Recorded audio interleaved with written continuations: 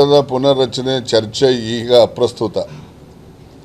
ಅದು ಆಗ್ತಕ್ಕಂಥದ್ದು ಬಿಹಾರದ ಎಲೆಕ್ಷನ್ನು ಕಳಿಬೇಕು. ಮುಂದಿನ ತಿಂಗಳು 14ನೇ ತಾರೀಕು ಬಿಹಾರದ ಫಲಿತಾಂಶ ಬರ್ತದೆ. ಆ ಫಲಿತಾಂಶ ಬಂದ ನಂತರ ಇವೆಲ್ಲಕ್ಕೂ ಕೂಡ ಒಂದು ಚಾಲನೆ ದೊರಕುತ್ತೆ. ಸಿಹಿ ಕಹಿ ಎರಡೂ ಒಂದೇ. ನನಗೆ ಸಿಹಿ ಸುದ್ದಿ ಸಿಕ್ಕರೂ ಒಂದೇ, ಕಹಿ ಸುದ್ದಿ ಸಿಕ್ಕರೂ ಒಂದೇ. ಅದರಿಂದ ನನಗೇನು ಅದರಿಂದ ದೊಡ್ಡ ಕಿರೀಟನೂ ಬರೋದಿಲ್ಲ, ಆಮೇಲೆ ಇರೋ ಕಿರೀಟನೂ ಬಿದ್ದು ಹೋಗಲ್ಲ. ಎರಡಕ್ಕೂ ಒಂದೇ ಸಮಚಿತ್ತದಿಂದ ತೆಗೆದುಕೊಳ್ತೇನೆ. ಮನೆ ಆಗ್ತದೆ ನೋಡಿ, ನೋಡ್ತಾ ಇರಿ. ನವೆಂಬರು ಸಖತ್ ಖಾರ, ಬಣ್ಣ ಮತ್ತು ರುಚಿ ಆಚಿ ಚಿಲ್ಲಿ ಪೌಡರ್.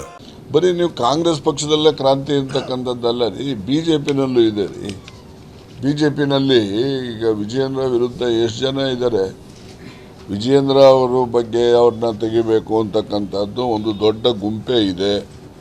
ಅವರಲ್ಲೂ ಕೂಡ ಈಗ ವಿಜಯೇಂದ್ರ ತೆಗೆದ್ರೆ ಯಡಿಯೂರಪ್ಪ ಎಲ್ಲ ಸುಮ್ಮನೆ ಇರ್ತಾರಾ?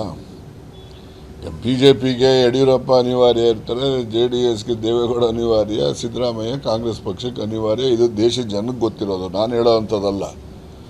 ಅದರಿಂದ ಓಟು ಟ್ರಾನ್ಸ್ಫರ್ ಮಾಡ್ತಕ್ಕಂಥ ಶಕ್ತಿ ಇರೋ ಮುಖಂಡರುಗಳ ಬಗ್ಗೆ ತೀರ್ಮಾನ ತಗೊಳ್ಳುವಾಗ ಹೈಕಮಾಂಡ್ನವರು ಕೂಡ ಎಚ್ಚರ ವಹಿಸಬೇಕು.